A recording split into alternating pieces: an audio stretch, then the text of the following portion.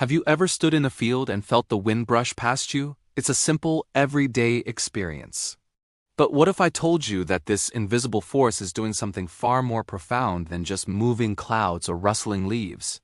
What if the wind, in its silent journey across the globe, is actively fertilizing life on Earth? This might sound strange at first. When we think of the wind, our minds usually go to weather. We see it as the force that brings in a storm, cools us on a hot day, or simply as air in motion. It's the physical push we feel against our faces, the power that turns windmills. For most of human history, that's all it was, a part of the weather system, a component of the atmosphere. But beneath this surface-level understanding lies a hidden biological role, a secret function that is absolutely essential for the survival of countless species, including our own. The wind is so much more than just moving air. It's a life-bringer, a silent gardener tending to the entire planet. Let's explore this hidden world and uncover the secrets carried on the breeze. So, what did modern science discover that changed our entire perspective on wind? For a long time, the full picture was a mystery. It wasn't until we developed powerful microscopes and advanced our understanding of biology that we began to piece together the puzzle. One of the most critical discoveries was the role of wind in plant reproduction. Many plants, from towering trees to humble grasses, rely on the wind to carry their pollen from one flower to another. This process, called wind pollination, is a form of cross-pollination that allows plants to reproduce and maintain genetic diversity. Without the wind acting as this invisible courier, vast ecosystems would simply collapse. Imagine forests unable to regenerate or fields of grain unable to produce a harvest. But the wind's role as a life-giver doesn't stop there. It's also a master distributor of seeds. As wind sweeps across landscapes, it picks up seeds, some designed with tiny wings or parachutes, and carries them far and wide. This allows plants to colonize new territories, to find fertile ground where they can sprout and grow. This dispersal is crucial for the recovery of ecosystems after a fire or disturbance, and for the simple spread of life across continents. Beyond pollen and seeds, the wind transports microscopic life itself. Bacteria, fungi, and vital nutrients are lifted from the soil and oceans, carried for thousands of miles, and deposited in new environments, enriching the soil and fueling life where it might otherwise struggle. Even the rain we depend on owes a debt to the wind. For rain to form, water vapor in the atmosphere needs a tiny particle to condense onto. These particles are called cloud condensation nuclei.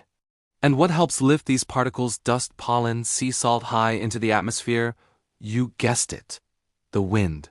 By delivering these microscopic seeds for clouds, the wind plays a direct role in creating the rain that nourishes all terrestrial life. So, when we look at the science, we see a complex, interconnected system where the wind isn't just a physical force, but an active biological agent, pollinating plants, dispersing seeds, and even helping to make the rainfall. What is truly fascinating is that this profound scientific understanding seems to echo a statement made centuries ago. Centuries before modern biology uncovered the secrets of pollination and cloud seeding, the Qur'an, the central religious text of Islam, made a simple but powerful statement about the nature of wind. In a verse, it describes the winds using a very specific term, lawaka, which is often translated as fertilizing or fecundating. The verse says, "And we have sent the fertilizing winds." For early interpreters, the meaning might have seemed purely poetic or related only to the wind's obvious role in moving rain clouds. But the choice of the word lawaka is remarkably precise. It doesn't just mean to move or to carry. The root of the word is directly linked to the act of pollination or fertilization, the same term used for the fertilization of plants and animals. The verse doesn't just say the winds move things around. It assigns them a functional, life-giving role. It describes them as agents that cause fertility. This isn't just an abstract idea of the wind bringing life. It's a specific description of a biological function, a function that science would only begin to fully comprehend over 1,000 years later. The Qur'an was pointing to a deeper reality, describing the winds not merely as a feature of the weather, but as an active participant in the cycle of life. Now, let's take a moment to consider why this is so remarkable.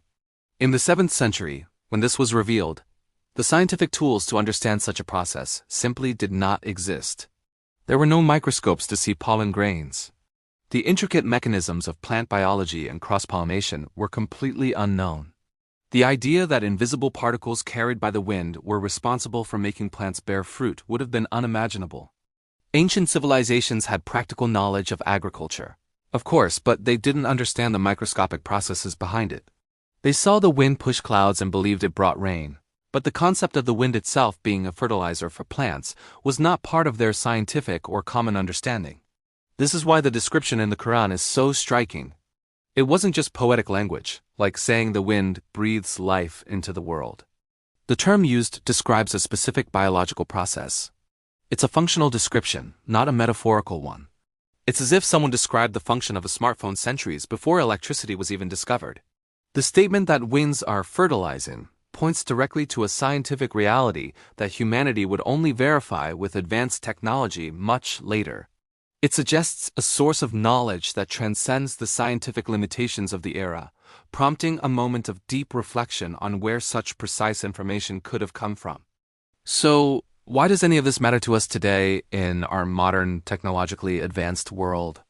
It matters because our very survival depends on these invisible systems that we so often take for granted.